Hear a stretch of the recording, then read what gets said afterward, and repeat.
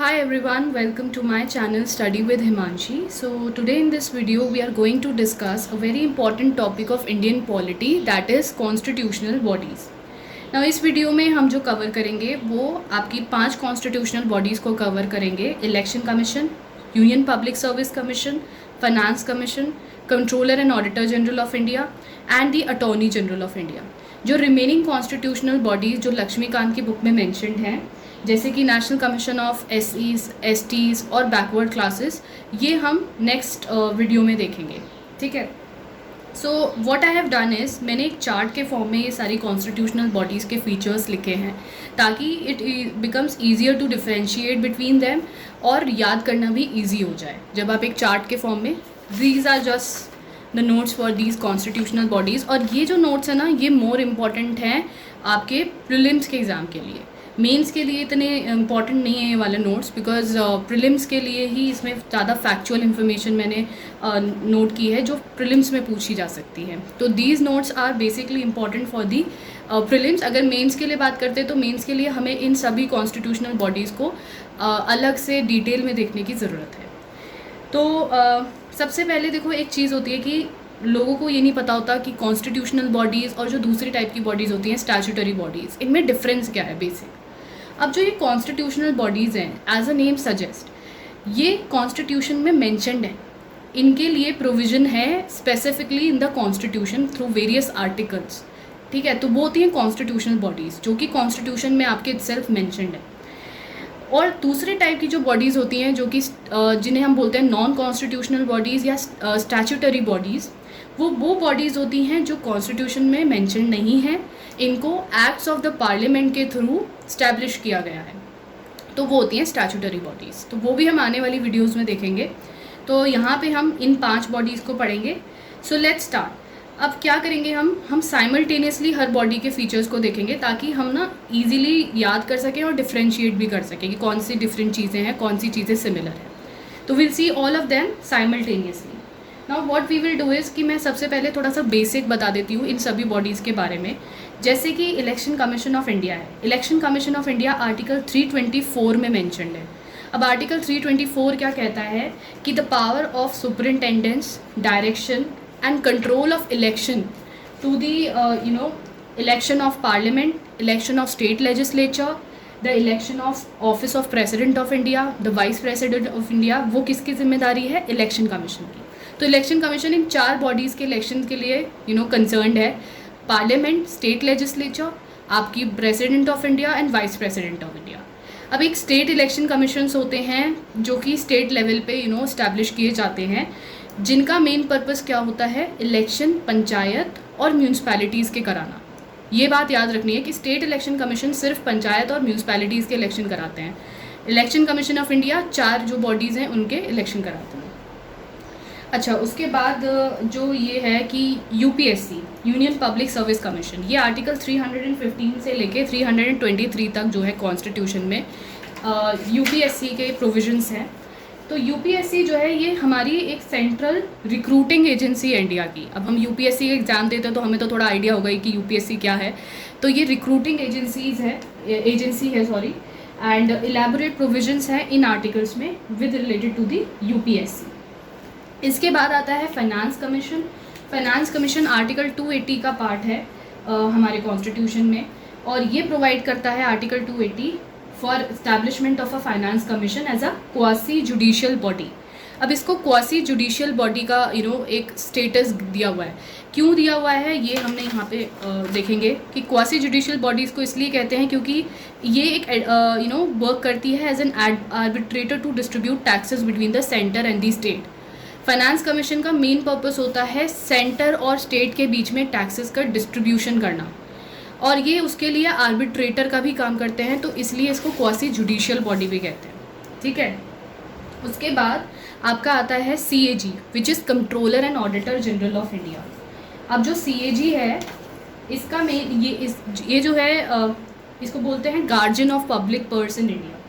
He is the head of the Indian audit and accounts department का head होते हैं CAG, और entire जो फाइनेंशियल सिस्टम है कंट्री का, ऑडिटिंग से रिलेटेड और ये सब, ये सीएजी के हाथ में होता है। इसके बाद लास्ट में हमारा आता है अटॉर्नी जनरल ऑफ इंडिया। तो अटॉर्नी जनरल जो होता है ये highest law officer of the country है। और स्टेट लेवल पे हमारे पास होते हैं एडवोकेट जनरल, जो कि हाईएस्ट लॉ ऑफिसर होते हैं स्टेट्स के। ठीक है, तो बेसिक इंट्रोडक्शन हो गया इन सभी बॉडीज़ के बारे में। अब इनके मेंबर्स देखते हैं। तो इलेक्शन कमीशन के जो मेंबर्स हैं वो होते हैं, एक तो होता है chief election commissioner plus the number of election commissioners as president may fix from time to time. हाँ, ये मैंशनड है कि there will be a chief election commissioner, और जितने भी इलेक्शन कमिश्नर्स प्रेसिडेंट फिक्स करना चाहें फ्रॉम टाइम टू टाइम। पहले क्या होता था, देखो ये जो इलेक्शन कमीशन है ये 1950 में इस्टेब्लिश हुआ था, और 1989 तक ये जो है एक सिंगल मेंबर बॉडी होती थी, सिर्फ एक चीफ इलेक्शन कमिश्नर होता था, दैट्स इट। फिर 1989 ऑनवर्ड्स इसको एक मल्टी मेंबर बॉडी बनाया गया, और presently we have chief election commissioner plus 2 election commissioners जो कि प्रेसिडेंट ने फिक्स किए हो। ठीक है, उसके बाद यूपीएससी के कितने मेंबर्स होते हैं, तो यूपीएससी के मेंबर्स जो हैं, जो कॉम्पोजिशन है, जो क्वालिफिकेशन है, वो कॉन्स्टिट्यूशन में कुछ भी मेंशन नहीं है, एक्सेप्ट सिर्फ कॉन्स्टिट्यूशन में ये दिया हुआ है कि हाफ ऑफ द मेंबर्स जो होंगे वो ऐसे होने चाहिए जिन्होंने गवर्नमेंट ऑफ इंडिया या गवर्नमेंट ऑफ स्टेट के अंडर 10 साल तक ऑफिस उनके होल्ड किया हो। ठीक है, ऐसे मेंबर्स होने चाहिए यूपीएससी के पार्ट। तो कॉन्स्टिट्यूशन में सिर्फ यही मेंशन है। तो यूजुअली एज अ प्रैक्टिस क्या होता है, वी हैव अ चेयरमैन और 9 से 11 9 to 11 मेंबर्स होते हैं UPSC union public service commission में। इसके बाद आता है फाइनेंस कमीशन। फाइनेंस कमीशन में हमारे जो मेंबर्स होते हैं वो होते हैं, एक चेयरपर्सन होता है और 4 मेंबर्स होते हैं जो कि प्रेसिडेंट द्वारा अपॉइंट किए जाते हैं। फिर सीएजी तो एक सिंगल मेंबर पोस्ट है। फिर इसके बाद आता है अटॉर्नी जनरल। अटॉर्नी जनरल भी एक सिंगल ही पर्सन होता है, and he is a person that is qualified to be a supreme court जज। तो ही इज़ अ पर्सन जो सुप्रीम कोर्ट जज क्वालिफाई होना चाहिए, मतलब सुप्रीम कोर्ट जज के लिए भी क्वालिफाई होगा जो person, he will be appointed as the attorney general. अब सुप्रीम कोर्ट जज से क्या मतलब है, देखो सुप्रीम कोर्ट जब हम सुप्रीम कोर्ट पढ़ेंगे तो वहाँ पे हम देखेंगे जजेस की 3 कंडीशन होती हैं क्वालिफिकेशन की, सुप्रीम कोर्ट जज की। तो वो क्या क्या कंडीशंस होती हैं, पहला होता है कि he has to be a citizen of India, दूसरा होता है कि वो जज रहा हो हाई कोर्ट का 5 साल तक, तीसरी होती है कि he has been a advocate of High Court for 10 years at least, और चौथी भी एक कंडीशन होती है in order to become a supreme court जज, वो होती है कि he is an eminent jurist in the opinion of the president. तो ये 4 कंडीशन सेटिस्फाई होती हैं तो he is eligible to become a supreme court जज। तो यही सेम एलिजिबिलिटी अटॉर्नी जनरल के लिए भी है। ठीक है, और यहीं पे मैं साथ के साथ एडवोकेट जनरल के बारे में बताती चलूँगी, बिकॉज ये बहुत छोटी से डिफरेंसेस हैं इनके बीच में, अटॉर्नी जनरल और एडवोकेट जनरल के बीच में। तो एडवोकेट जनरल जो है आर्टिकल 165 के अंडर इस्टेब्लिश किए जाते हैं हर स्टेट में। तो he is the highest law officer of the state. और क्या बेसिक डिफरेंस है कि जो एडवोकेट जनरल है, he should be a person qualified to be a जज ऑफ हाई कोर्ट। ठीक है, तो ये जज ऑफ हाई कोर्ट के लिए क्वालिफाई होना चाहिए। जज ऑफ हाई कोर्ट के लिए 3 कंडीशन है, he should be a citizen of India, he should have hold the judicial office for 10 years at least, और एडवोकेट रहे हों या फिर एडवोकेट रहे हो 10 years के लिए। So these are the 3 conditions for the in order to become the जज ऑफ द हाई कोर्ट। तो समझ आ गया कि एडवोकेट जनरल के लिए तो क्वालिफिकेशन ये है कि सुप्रीम कोर्ट जज के लिए एलिजिबल होना चाहिए, और एडवोकेट जनरल के लिए जो स्टेट लेवल पे होते हैं उनके लिए ये क्वालिफिकेशन है कि वो जज ऑफ हाई कोर्ट के लिए एलिजिबल होने चाहिए। इसके बाद हम अपॉइंटमेंट जब देखते हैं तो इन सभी कॉन्स्टिट्यूशनल बॉडीज़ का जो अपॉइंटमेंट है वो प्रेसिडेंट के द्वारा होता है, सभी का, as you can see here. But थोड़ा सा डिफरेंस ये है कि देखो स्टेट पब्लिक सर्विस कमीशन जो होते हैं उनका अपॉइंटमेंट गवर्नर के द्वारा होता है, और जो एडवोकेट जनरल होते हैं स्टेट लेवल पे उनका भी अपॉइंटमेंट गवर्नर के थ्रू होता है। बस ये याद रखना है। इसके बाद सर्विस कंडीशंस की बात करें तो service conditions of the election commission of India is determined by the president. UPSC के केस में भी, मेंबर्स के केस में भी प्रेसिडेंट के द्वारा डिटरमाइंड होती हैं service condition. But SPSC that is state public service commission, इनकी कौन डिटरमाइन करता है service condition? Governor of the state. Finance commission जो है ये सिर्फ एक 5 साल के लिए अपॉइंट किया जाता है, तो इनकी ऐसी कोई सर्विस कंडीशंस नहीं होती हैं। कंट्रोलर एंड ऑडिटर जनरल की बात करें तो इनकी service condition is determined by the parliament, ये याद रखना है, ये थोड़ा डिफरेंट है। कंट्रोलर एंड ऑडिटर जनरल की जो सर्विस कंडीशन है वो पार्लियामेंट डिटरमाइन करता है, और अटॉर्नी जनरल की भी ऐसी कोई सर्विस कंडीशंस नहीं है। ठीक है, इसके बाद आता है सैलरीज एंड अलाउंसेस। तो जब हम सैलरीज एंड अलाउंसेस की बात करते हैं तो इलेक्शन कमीशन के केस में सिंपली ये मेंशन्ड है कि सैलरी जो है वो सुप्रीम कोर्ट के जज के इक्विवेलेंट होगी। जो भी सुप्रीम कोर्ट के जज की सैलरी है वही इलेक्शन कमीशन के मेंबर्स की सैलरी होगी। यूपीएससी के केस में जो सैलरी है वो चार्ज होती है कंसोलिडेटेड फंड ऑफ इंडिया, ठीक है। और फाइनेंस कमीशन के केस में ऐसा कुछ वो नहीं है, क्योंकि ये कंटिन्यूस बॉडी नहीं है, ये हर 5 साल में अपॉइंट की जाती है। फिर सीएजी के केस में ये है कि salary is allowed charge on the consolidated fund of India. तो कंसोलिडेटेड फंड ऑफ इंडिया से ये मतलब है कि वोट ऑफ पार्लियामेंट के जो मेंबर्स हैं वो उस पर वोट नहीं करते हैं। And it is determined by the parliament determine करता है, but there is no voting required as such. तो it is equivalent to the जज of the Supreme Court as in the case of the election commission. तो CAG और election commission दोनों के members की जो सैलरी दोनों की जो है सैलरी है वो जज of High court supreme court के बराबर होती है। और अटॉर्नी जनरल की जो सैलरी है वो प्रेसिडेंट डिटरमाइन करते हैं, ये कॉन्स्टिट्यूशन में फिक्स नहीं है। तो ये बात याद रखनी है कि यहाँ पे जो सैलरी है वो कौन डिटरमाइन करता है, प्रेसिडेंट। और एडवोकेट जनरल के केस में कौन डिटरमाइन करता है, गवर्नर, ये याद रखना है। फिर टर्म्स ऑफ ऑफिस की बात करें तो इलेक्शन कमीशन का जो टर्म होता है वो होता है 6 साल और until the age of 65 years which ever is earlier. मतलब जो भी पहले हो, या तो 6 साल की टर्म पहले हो जाती है, 65 ईयर्स की एज से पहले ही हो जाती है तो 6 साल की टर्म होगी। अदरवाइज़ अगर उनकी 65 ईयर्स की एज, फॉर एग्जांपल उनकी 3 साल की टर्म ही पूरी हुई है और 65 ईयर्स की एज उनकी कंप्लीट हो गई, then he has to leave the office, क्योंकि which ever is earlier is the condition. या तो 65 ईयर्स तक की एज होनी चाहिए या 6 ईयर्स का टर्म होना चाहिए। स्टेट इलेक्शन कमीशन के केस में द टर्म इज़ 6 ईयर्स और until the age of 62 years. और यूपीएससी के केस में भी 6 years until the age of 65 years, same as election commissioner. और जो आपका स्टेट पब्लिक सर्विस कमीशन है उनके केस में same as the state election commissioner, 6 years और until the age of 62 years, ठीक है, whichever is earlier. Finance commission के members every 5 years they are appointed, तो ऐसा कुछ एज का चक्कर नहीं होता है। And they are specified by the president term of office ये। देन सीएजी जो है 6 ईयर्स और until the age of 65 years, same as these two, और विच एवर इज़ अर्लियर। तो सीएजी के केस में भी यही है टर्म ऑफ ऑफिस। और अटॉर्नी जनरल की जो टर्म ऑफ ऑफिस है वो फिक्स नहीं होती है, because he works under the pressure of the president जब चाहें उनको रिमूव कर सकते हैं, तो इसलिए इनकी कोई भी टर्म ऑफ ऑफिस फिक्स नहीं है। और बेसिकली क्या होता है, जब गवर्नमेंट रिज़ाइन कर देती तो he has to resign with the government. तो एडवोकेट जनरल के केस में गवर्नर बेसिकली रिमूव कर सकते हैं कभी भी एडवोकेट जनरल को, तो इनकी भी टर्म कोई फिक्स नहीं होती है। When we talk about the further appointment in the government of India और गवर्नमेंट ऑफ द स्टेट, क्या इलेक्शन कमीशन के मेंबर्स या यूपीएससी के मेंबर या finance commission, CAG, attorney general, ये सब दोबारा कहीं कोई भी पोस्ट पे गवर्नमेंट ऑफ इंडिया हो, गवर्नमेंट ऑफ स्टेट हो, ये एलिजिबल हैं अपॉइंटमेंट के लिए after retiring from these post. तो क्या केस है कि इलेक्शन कमीशन के members, yes they are eligible to be appointed as in any office of the government of India और गवर्नमेंट ऑफ स्टेट के अंडर। यूपीएससी के केस में no, बस क्या हो सकता है कि जो मेंबर्स हैं वो चेयरपर्सन बनने के लिए एलिजिबल होते हैं, या स्टेट पब्लिक सर्विस कमीशन के मेंबर यूपीएससी के मेंबर्स बनने के लिए एलिजिबल हो जाते हैं, बट इनका reappointment is not, they are not eligible for further appointment in any government of India और government of state as such. इसके बाद अगर हम देखें finance commission, yes they are eligible for reappointment. इनको finance commission को के जो मेंबर्स हैं वो दोबारा नेक्स्ट टर्म के लिए भी एलिजिबल हैं, और कहीं और भी गवर्नमेंट ऑफ इंडिया के अंडर और गवर्नमेंट ऑफ स्टेट के अंडर एलिजिबल हैं।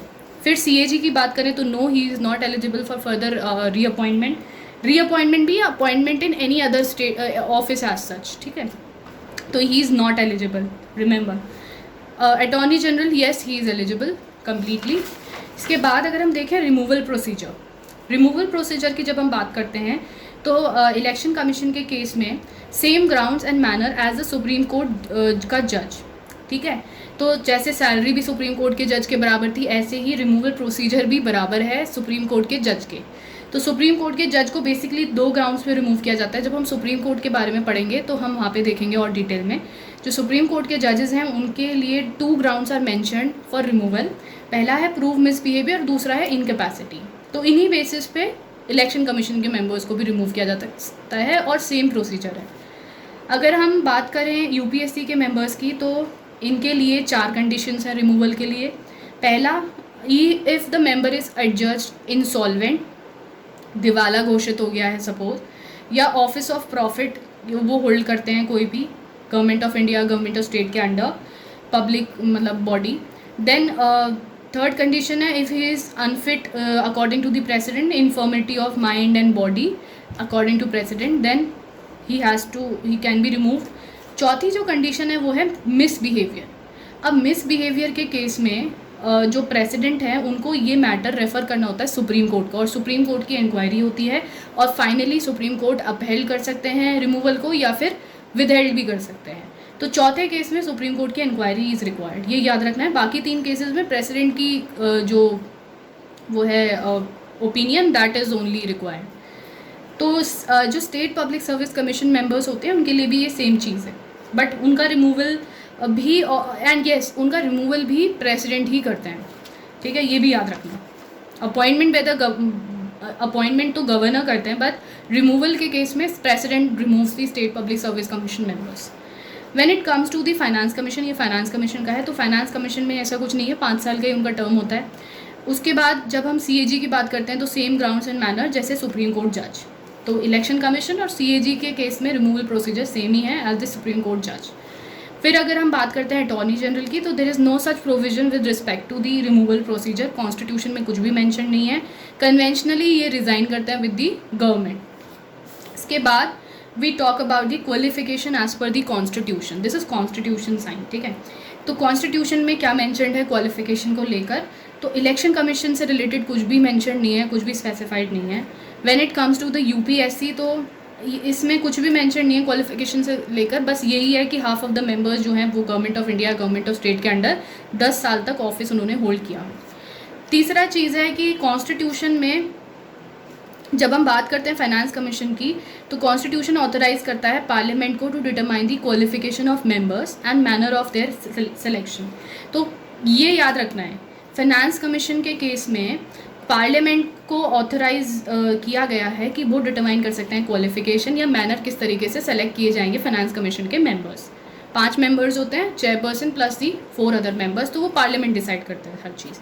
फिर जब CAG की बात करते हैं तो अंडर आर्टिकल 149 ये कहा गया है कॉन्स्टिट्यूशन में कि पार्लियामेंट के पास पावर है to prescribe the duties and power of the CAG, और इसी पावर की वजह से पार्लियामेंट ने CAG duties and powers of CAG act 1971 में पास किया था। तो क्वालिफिकेशन कॉन्स्टिट्यूशन में ऐसा कुछ मेंशन नहीं है, बस पार्लियामेंट को पावर दी गई है, ये याद रखनी है। इन दोनों केसेस में पार्लियामेंट के पास पावर है।